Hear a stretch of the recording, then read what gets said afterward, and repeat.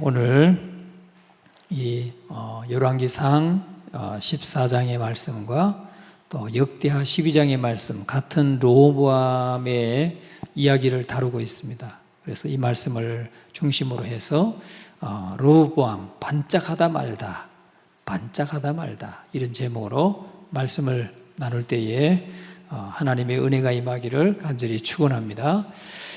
예배와 삶의 자리에 나오신 여러분들 참 잘하셨습니다. 하나님이 기뻐하십니다.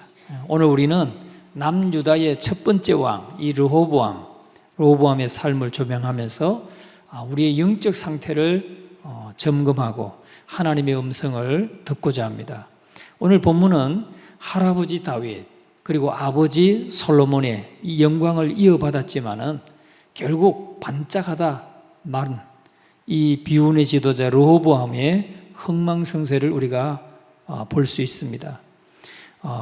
얼마나 대단해요. 할아버지가 다윗이고 아버지가 솔로몬이니까 참 그 뒤를 잇는다는 것은 그냥 아버지 한 대로 할아버지 한 대로 그냥 하나님만 바라보고 가면 정말 르호보암은 그냥 대통하는 거죠. 그런데 그러지 못했다는 거예요. 처음에는 잠시 반짝하다가 그가 말라버렸다 하는 거죠. 그의 삶은 오늘을 살아가는 우리들에게 참 뼈아픈 교훈을 주지만 동시에 우리가 붙잡아야 될 참된 신앙의 길이 무엇인가 그것을 우리에게 가르쳐 주고 있습니다. 오늘 본문을 통해서 우리 마음의 요새를 한번 점검해 보고 온전히 하나님만 구하는 그런 믿음의 결단이 있기를 간절히 축원합니다.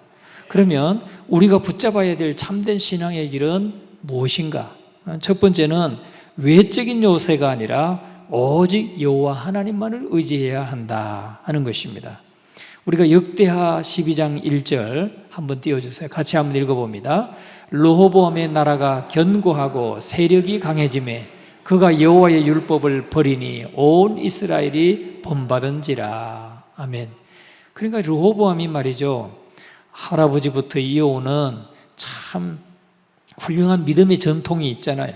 믿음의 전통이 있음에도 불구하고 지금 나라가 견고하고 또 세력이 강하여지고 안정되니까 여호와의 말씀을 버렸다는 거죠. 여호와의 율법을 버리니라. 여러분, 항상 우리의 위기는 어려울 때보다도 안정될 때 위기일 수 있어요.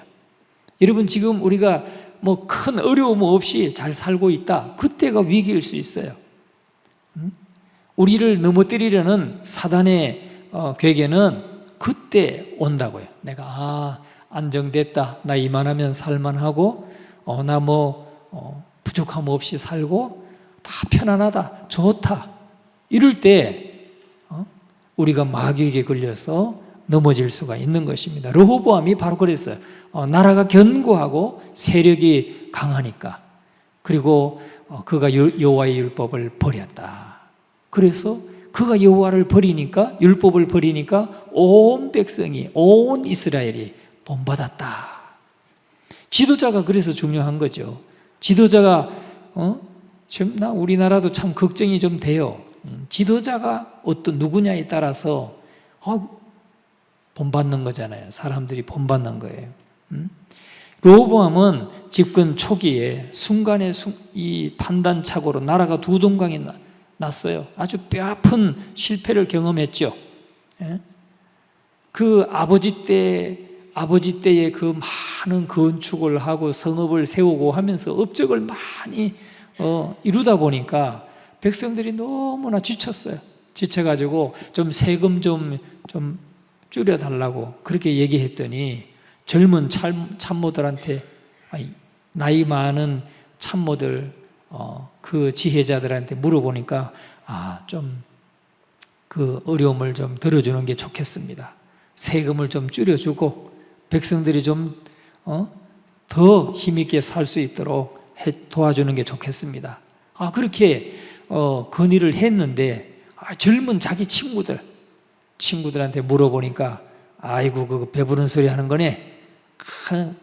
아버지 때보다 더 세금도 많이 물리고 내 새끼손가락이 우리 아버지 허리와 같다고 그렇게 하면서 아주 악정을 폈죠. 그로 인해서 백성들이 말이죠, 반란을 했어요. 그 여로보암이 반역을 해서 10개 지파가 따라갔어요. 그래서 2개 지파만, 베냐민과 유다만 남고 나머지는 다 따라갔어요. 그래서 북이스라엘이 됐고 거기는 여로보암이 다스리게 됐고, 남유다는 이제 예루살렘 성을 중심으로 조그만 남은 거죠. 2개 지파만 남았어요. 얼마나 이 뼈아픈 실패입니까? 그러나 그 실패를 거울 삼아서 심기일전했어야 되는데 그러지 못했어요. 유다 땅 국경지대의 성읍들을 요새화하면서 식량과 무기를 비축하는 등 국방을 좀 견고히 하면서 뭔가 좀 심기일전하긴 했는데, 백성들은 그제야 안심하고 분열의 상처를 극복하면서 좀 하나로 뭉쳤는데, 여기에 대해서 북이스라엘 여로보암 왕의 우상 숭배를 거부하고 신앙의 자유를 찾아 내려온 경건한 제사장들, 그리고 레위인들, 그리고 신실한 백성들이 유다로 대거 귀환을 했어요. 그러니까 정말 하나님께서 처음에 은혜를 부어주신 거죠. 좀 나라가 두 쪽으로 나눠지니까 전쟁을 하려고 했는데 하나님이 스마야를 통해서 하지 말아라, 이게 하나님 뜻이다. 그러니까 르호보암이 거기서 전쟁을 접었어요. 그래서 하나님이 그걸 좀 기뻐하셨어요.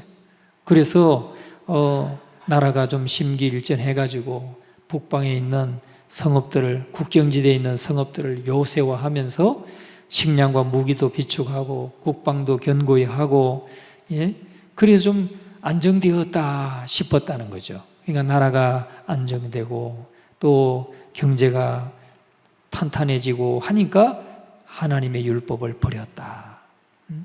그런데 그런 가운데 북이스라엘의 여로보암이 뭘 했습니까? 북이스라엘의 여로보암이 베델과 단에 금송아지를 세워놓고 숭배하니까 그 레위 제사장들이 다 그쪽에 있던 제사장들이 다 내려오게 된 거죠. 예루살렘으로 다, 유다로 다 오게 된 겁니다. 또 거기에 레위 사람도 오고 제사장들도 오고 또 신실한 백성들이 아이고 내가 여기 있다가는 큰 코 다치겠다, 가자, 다 유다로 내려왔어요. 그러니까 어떻게 된 겁니까? 유다는 영적인 부흥이 일어난 거예요. 영적인 부흥이 일어났어요. 남유다는 그래서 그것을 힘입어서 3년 동안 다윗과 솔로몬의 길을 행하면서 매우 강성해졌어요. 그러니까 분열되고 3년 정도는 그렇게 영적으로 부흥하니까 그 믿음의 사람들이 내려오고 영적으로 탄탄하니까 다윗의 길을 걷고, 그래서 하나님의 복을 받게 되고 누리게 되었단 말이죠. 그러나 비극은 견고하고 강해졌을 때, 그렇게 견고하고 강해졌을 때 시작되었다는 것입니다. 나라가 안정궤도에 오르니까 르호보암은 하나님의 말씀을 우습게 여기고 여호와의 율법을 버렸다는 거예요. 왕이 타락하니까 온 백성도 이것을 본받아서 우상 숭배에 빠지고 온갖 음란한 이방 풍습에 빠져들었던 것입니다. 다윗이 공들여 쌓은 이 국경 요새들, 또 자신이 공들여 쌓은 그 요새들, 군사력이 자신을 지켜줄 것이라고 믿었단 말이에요. 그걸 믿고 하나님의 율법을 버렸다 하는 거죠. 그 교만이 화근이 되었습니다. 여러분, 인간은 말이죠, 우리가 성경을 통해서 우리에게 보면 인간은 고난 속에서는 하나님을 찾아요. 그러나 상황이 좋아지면, 상황이 나아지면 즉시 하나님의 은혜를 잊어버리고 스스로 왕이 되려고 하는 존재라는 것을 우리에게 보여주고 있어요. 강조하고 있어요. 그래서 우리는 언제든지 이 모든 것이 편안하고 평안하고 안정될 때, 그때가 위기라는 것을 항상 우리가 기억해야 될 줄 믿습니다. 경제적으로 안정되든 또는 이 마음적으로 편안하든 다 다 그때가 위기라는 거예요. 르호보암의 강성함은 오직 하나님의 주권적인 은혜와 경건한 자들을 보내주신 축복의 덕분이었지만은 그는 그것이 자신의 능력인 양 착각했다는 사실입니다. 그래서 이 지도자 한 사람의 배교가 개인의 파멸로 끝나지 않고 온 이스라엘 백성들이 그 지도자의 타락을 따라가는 그런 전염성을 가진다는 거죠. 우리는 선줄로 생각할 때 항상 넘어질까를 조심하는 저와 여러분이 되어야 될 줄로 믿습니다. 그래서 매 순간 이 말씀이라고 하는 영적인 전신갑주를 미리 입고 있어야 된다는 거예요. 미리. 이거 어려움 당했을 때 막 그때 하나님의 전신갑주를 입어야지 그때 가서 주섬주섬 입으려고 하면 늦어요. 언제 입어야 되냐? 전쟁이 일어나기 전에, 지금 전쟁이 일어나기 전에 편안할 때 지금 입어야 돼요. 지금. 그러면 언제 그런 일이 발생하더라도 아주 능동적으로 대처할 수가 있는 것이죠.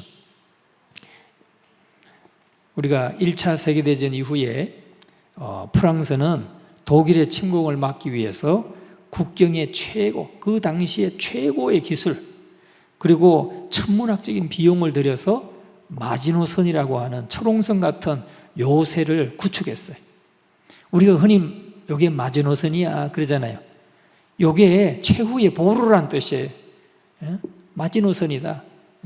그런데 이 프랑스 군부와 국민들은 이 요새, 철옹선 같은 요새를 구축해 놓고 그게 최고의 기술, 탱크도 못 넘어오도록 최고의 기술로 방비를 해 놓고 또 돈도 천문학적인 돈을 투자해서 그걸 참 마지노선을, 이 마지노라고 하는 그 지역이죠. 그러니까 그게 구축해 놨어요. 그랬더니 독일이 말이죠. 1940년 2차 세계대전이 딱 발발하니까 독일군이 이 마지노선으로 오면 어떻게 돼요? 이거는 그거 돌파하려고 하다가 자기네 손실이 더 많게 생겼거든. 그러니까 정면 돌파하지 않고 저 우회 해가지고 벨기에 쪽으로 해서 벨기에에 요새가 없는 벨기에에 아르덴 숲이라는 그 숲으로 우회해서 단 몇 주 만에 프랑스 파리를 점령해 버렸어요. 참, 그 지휘관들이 그런 걸 보는 거죠. 여러분, 그래서 가장 자랑하고 신뢰했던 그 외적인 방어선이 하루아침에 무용지물이 되어버린 거예요. 무용지물이. 이런 역사적인 사건이 있습니다. 그래서 이 마지노선이 허망하게 무너졌던 이런 교훈을 주고 있는데, 이 르호보암 같은 경우에 르호보암이 쌓은 철옹성 같은 요새들도 누가 올라왔다 그랬어요? 오늘 본문의 말씀에 보면 애구방 시삭이 올라왔다. 애구방 시삭이. 애구방 시삭이 올라왔는데 그 시삭은 당대의 애국군이 가장 강력했어요. 가장 강력했어요. 보니까 시삭이 올라왔는데 애구방 시삭은 막 마병이 6만 명이라고 그랬잖아요.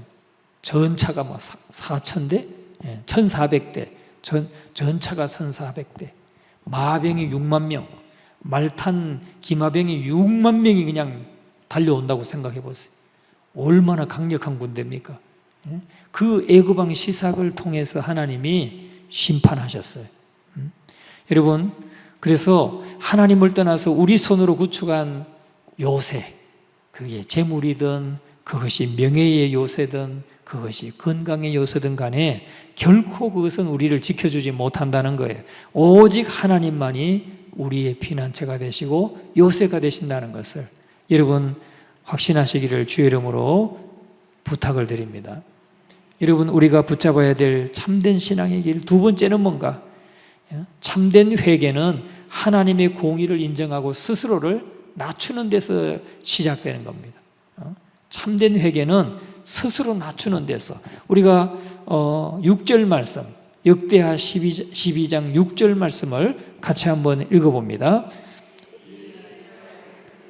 왕이 스스로 겸비하여 이르되 여호와는 의로우시다 하매. 자, 다시 5절부터 다시 읽겠습니다. 시작. 그때에 유다 방백들이 시삭의 일로 예루살렘에 모였는지라 선지자 스마야가 르호보암과 방백들에게 나와 이르되 여호와께서 이같이 말씀하시기를 너희가 나를 버렸으므로 나도 너희를 버려 시삭의 손에 넘겼노라 하셨다 한지라. 이에 이스라엘 방백들과 왕이 스스로 겸비하여 이르되 여호와는 의로우시다 하매. 여러분, 참된 회개는 하나님의 공의를 인정하는 거예요. 하나님의 공의를 인정하고 받아들이고 스스로를 낮추는 데서 참된 회개가 시작된다는 겁니다. 하나님께서는 율법을 버린 르호보암을 징계하시기 위해서 당시에 최강대국이었던 이 애굽왕 시삭을 도구로 사용하셨어요. 도구로. 시삭의 정예 대군이 밀려오니까 르호보암이 쌓았던 그 국경에 쌓았던 성읍들, 견고한 성읍들은 풍전등화 같이 허무하게 무너져 버렸어요. 그리고 예루살렘 성마저 포위당했어요. 이 절체절명의 위기 속에서 선지자 스마야가 와가지고 하는 말이 뭐냐면 너희가 나를 버렸으므로 나도 너희를 버려 시삭의 손에 넘겼노라. 하나님이 그렇게 말씀하셨다는 거예요. 하나님이, 자, 우리 여기서 중요한 교훈을 얻어야 돼요. 우리가 하나님을 버린다는 게 뭐예요? 우리가 하나님의 율법을 버리면 하나님 버리는 거예요. 율법을 버리면 그게 바로 하나님 버린 거예요. 율법을 멀리하고 하나님 말씀을 멀리하고 던져버리면 우리가 하나님을 멀리하고 하나님을 버린 것이 되는 거예요. 그랬더니 하나님이 여호와께서 같이 말씀하시기를 너희가 나를 버렸으므로 나도 너희를 버렸다. 그래서 시삭의 손에 넘겼노라. 이렇게 말씀하시는 거예요. 여러분, 이 무서운 심판의 선고 앞에서 르호보암과 백성들이 즉각적으로 자기들의 죄를 인정했다는 거예요. 자기들의 죄를 인정하고 스스로를 낮추어 겸비했다는 겁니다. 겸비했다는 것은 스스로 낮췄다는 거예요. 그래서 스스로 겸비하여 이르되 여호와는 의로우십니다. 여호와는 의로우시도다. 이 말은 하나님이 옳습니다. 우리는 우리 죄 때문에 이렇게 우리가 이 하나님의 징벌을 받습니다. 이게 징벌받아 마땅한 것입니다 라고 하나님 앞에서 회개했다는 거예요. 겸비하고 낮추었다는 거예요. 그 고백을 했어요. 하나님께서 내리시는 징계가 마땅합니다. 모든 잘못이 우리에게 있습니다 라고 인정한 것이 참된 회개의 태도였죠. 하나님은 이들의 겸비함을 보시고 하나님께서 진노를 거두고 완전히 멸망시키지는 아니했다는 거예요. 그래서 조금 구원하셨다라고 말씀하고 있습니다. 조금 구원하셨다. 7절 말씀을 7절 8절 같이 한번 읽어봅니다. 여호와께서 그들이 스스로 겸비함을 보신지라 여호와의 말씀이 스마야에게 임하여 이르시되 그들이 스스로 겸비하였으니 내가 멸하지 아니하고 저희를 조금 구원하여 나의 노를 시삭의 손을 통하여 예루살렘에 쏟지 아니하리라. 아멘. 7절까지. 여러분, 그러니까 완전히 진멸하지 않고 하나님이 조금 구원했다는 건 이 말은 뭐냐면 완전히 진멸하지는 아니하고 정말 하나님께서 목숨은 건져주시고 또 하나님께서 그 시삭을 통해서 정말 이 하나님을 섬기는 것과 세상 나라들을 섬기는 것이 어떻게 다른지 그거 좀 알게 하려고 하나님이 그렇게 하셨다는 거예요. 8절 말씀도 같이 읽습니다. 그러나 그들이 시삭의 종이 되어 나를 섬기는 것과 세상 나라들을 섬기는 것이 어떠한지 알게 되리라 하셨더라. 시삭의 종이 되어서 세상을 섬기는 것이 하나님을 섬기는 것과 어떻게 다른지 너희가 한번 겪어봐라. 그러나 완전히 진멸하지는 않겠다.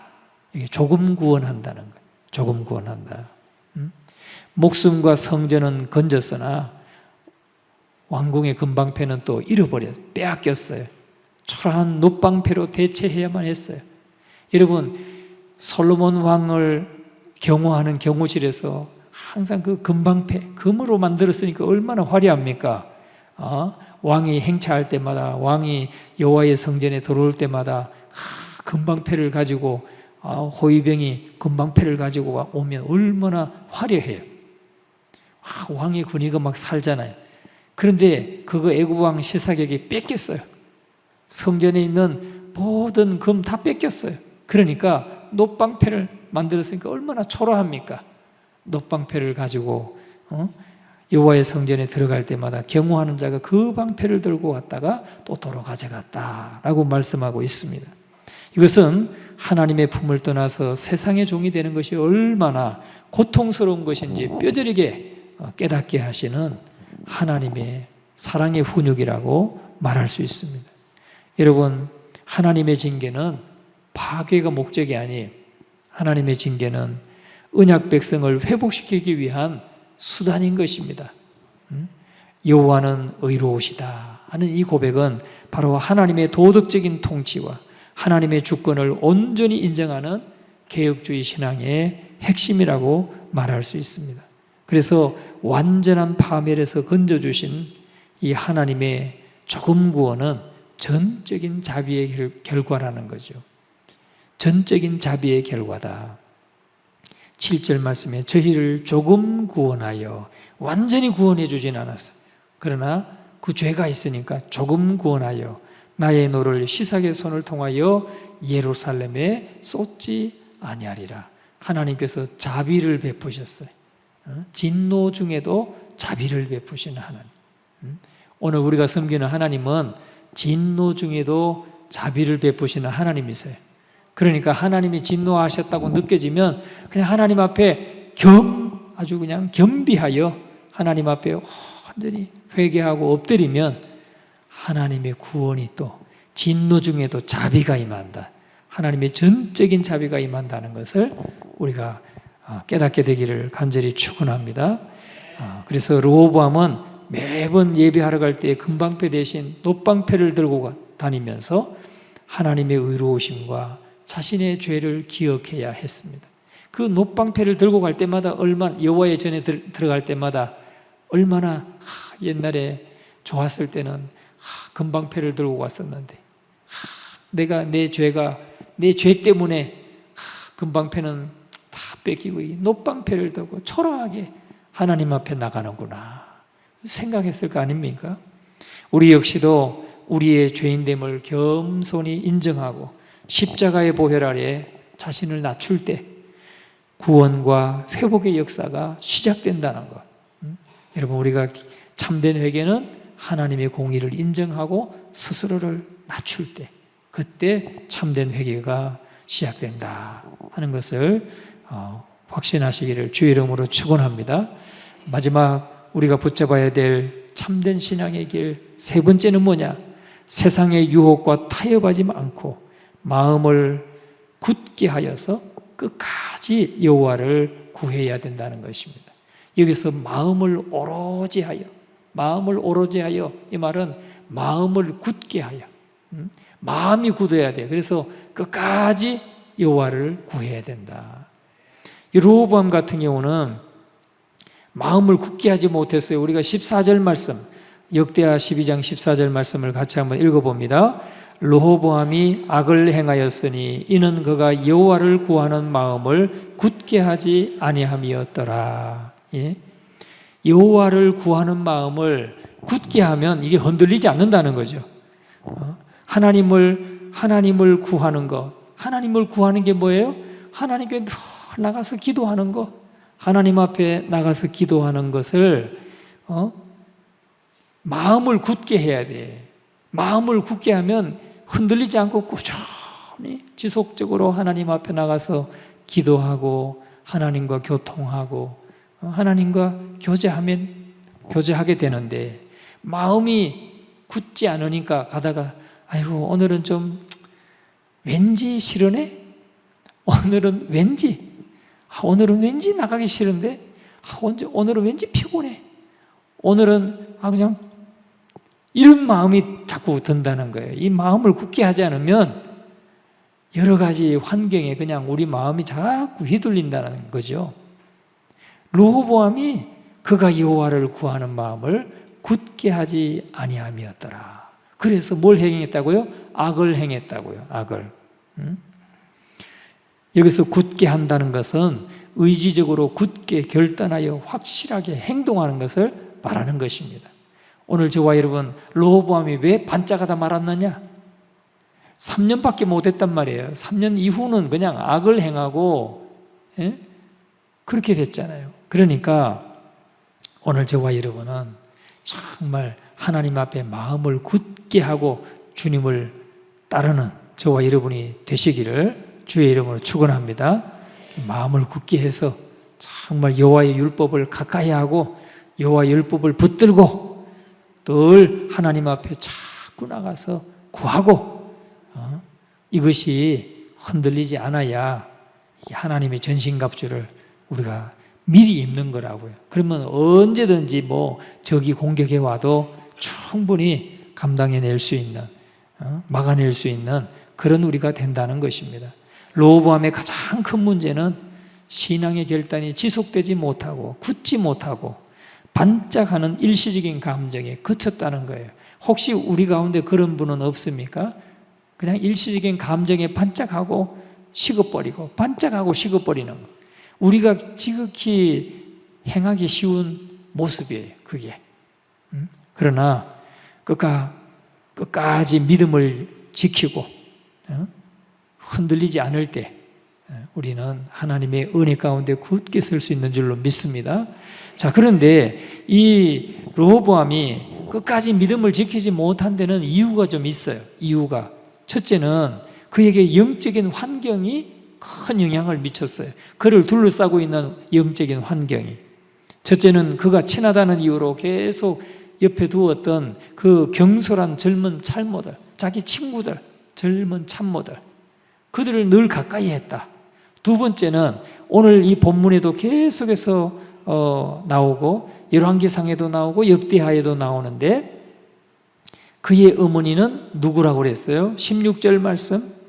아니 16절이 아니라 그의 어머니가 마아가였다. 그리고 암몬 사람이었다 라고 말하고 있죠. 13절 말씀 같이 한번 읽어보겠습니다. 르호보암 왕은 예루살렘에서 스스로 세력을 굳게 하여 다스리니라. 르호보암이 왕위에 오를 때에 나이가 41세라 예루살렘 곧 여호와께서 이스라엘의 모든 지파 중에서 택하여 그의 이름을 두신 성에서 17년 동안 다스리니라. 르호보암의 어머니의 이름은 나아마요 암몬 여인이더라. 예? 르호보암의 어머니는 암몬 여인이에요. 암몬 여인. 그러니까 우상을 섬기는 이방 어머니의 품에서 자란 이 르호보암은 결국은 신앙의 줏대를 지키지 못하고 세상의 유혹과 우상 숭배에 쉽게 휩쓸리게 되었다 하는 것이죠. 그 결과로 그의 온 통치 기간은 평화를 잃어버리고 끊임없이 전쟁과 불안과 정오 가운데 얼룩지게 된 것을 볼 수가 있습니다. 여러분, 구원받은 자의 참된 표시는 뭐냐? 일시적인 감정적인 회개가 아니에요. 성령의 도우심 속에서 끝까지 믿음의 경주를 완주하는 그런 견인과 지속적인 성화의 삶이라는 것입니다. 우리는 성령의 도움을 항상 받아야 돼. 성령의 도움을 항상 받아서 성화되어 가야 돼. 그것이 그러려면 어떻게 해야 돼요? 자꾸 은혜를 구해야 돼요. 하나님 앞에 은혜를 구하고 도우심을 구할 때. 그래서 마음을 굳게 해서 하나님을 구하는 것이 신자의 평생의 과업인 것입니다. 오늘 저와 여러분 정말 이 가정에서 영적 양육과 경건한 동반자들을 곁에 두고 있다는 것이 얼마나 귀한 것인가, 이게 얼마나 결정적인 것인가. 지금 르호보암이 반짝하다가 말 수밖에 없었던 것은 그 우상을 섬기는 암몬 여인이 엄마였어요. 그러니까 그 밑에서 자랐으니까 깊이 뿌리 내리지 못했다는 것이죠. 여러분, 이 사실을 꼭 기억하시고 우리는 늘 깨어서 정말 하나님 앞에 기도하는 어머니가 되고 기도하는 부모가 되어서 정말 자녀들을 주께로 온전하게 돌아오고 말씀 위에 세우는 그런 은혜가 있기를 간절히 축원합니다.